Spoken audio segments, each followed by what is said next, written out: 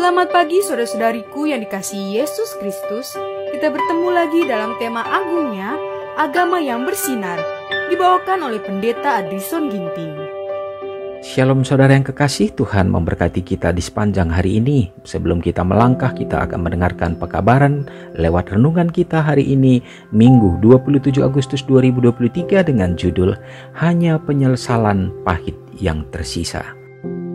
Ayatnya di dalam Ratapan 5 ayat 15 dan 16. Lenyaplah kegirangan hati kami, tari-tarian kami berubah menjadi perkabungan, mahkota telah jatuh dari kepala kami, wahai kami, karena kami telah berbuat dosa. Banyak orang tertarik oleh kehidupan yang mementingkan diri dan kesenangan seksual. Mereka tidak dapat melihat bahaya yang tersembunyi atau ujung yang mengerikan dari jalan yang tampaknya bagi mereka adalah kebahagiaan. Dengan pemanjaan selera dan nafsu, tenaga mereka diboroskan dan jutaan manusia binasa di dunia yang sekarang ini maupun dunia yang akan datang. Orang Kristen sejati tidak ingin masuk ke tempat kepelisiran apapun atau terlibat pada hiburan apapun di mana dia tidak dapat meminta berkat Allah.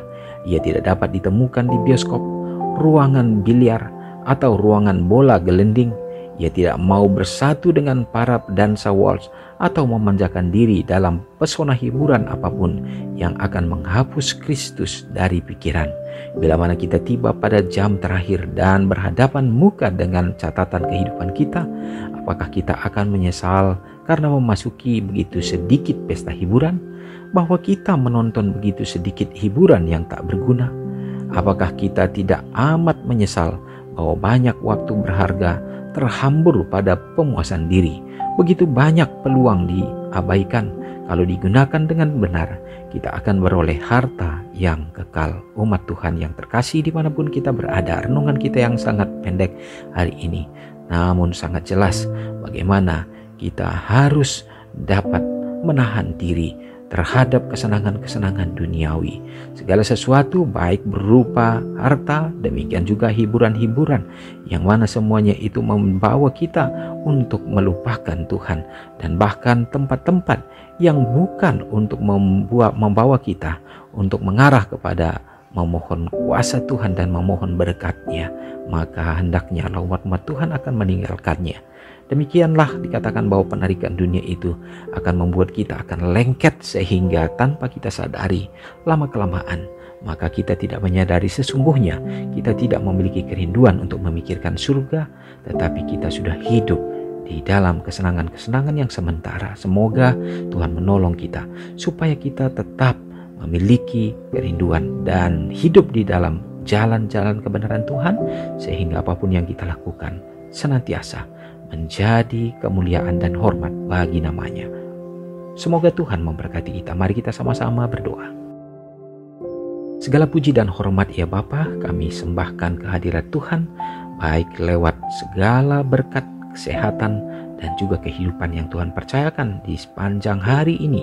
Bahkan kami yakin sebagaimana Tuhan yang sudah menuntun di masa-masa yang lalu, Engkau juga yang akan membawa dan menggandeng tangan kami untuk dapat melewati hari ini. Dan biarlah ya Bapa, renungan yang sudah kami terima dapat menjadi kekuatan bagi iman kami, supaya kami bergirang hanya di dalam Tuhan dan kami tidak berubah di dalam pikiran, di dalam kerinduan, harapan, dan juga ya Bapa, keinginan kami untuk selalu dekat kepada Tuhan.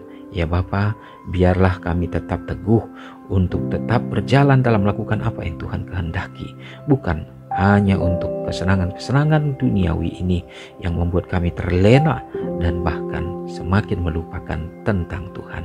Ya Bapa, hari ini kami siap melangkah dalam melakukan segenap tugas dan tanggung jawab orang-orang tua yang akan melangkah keluar dari rumah, melakukan perjalanan-perjalanan dan melakukan segenap pekerjaan.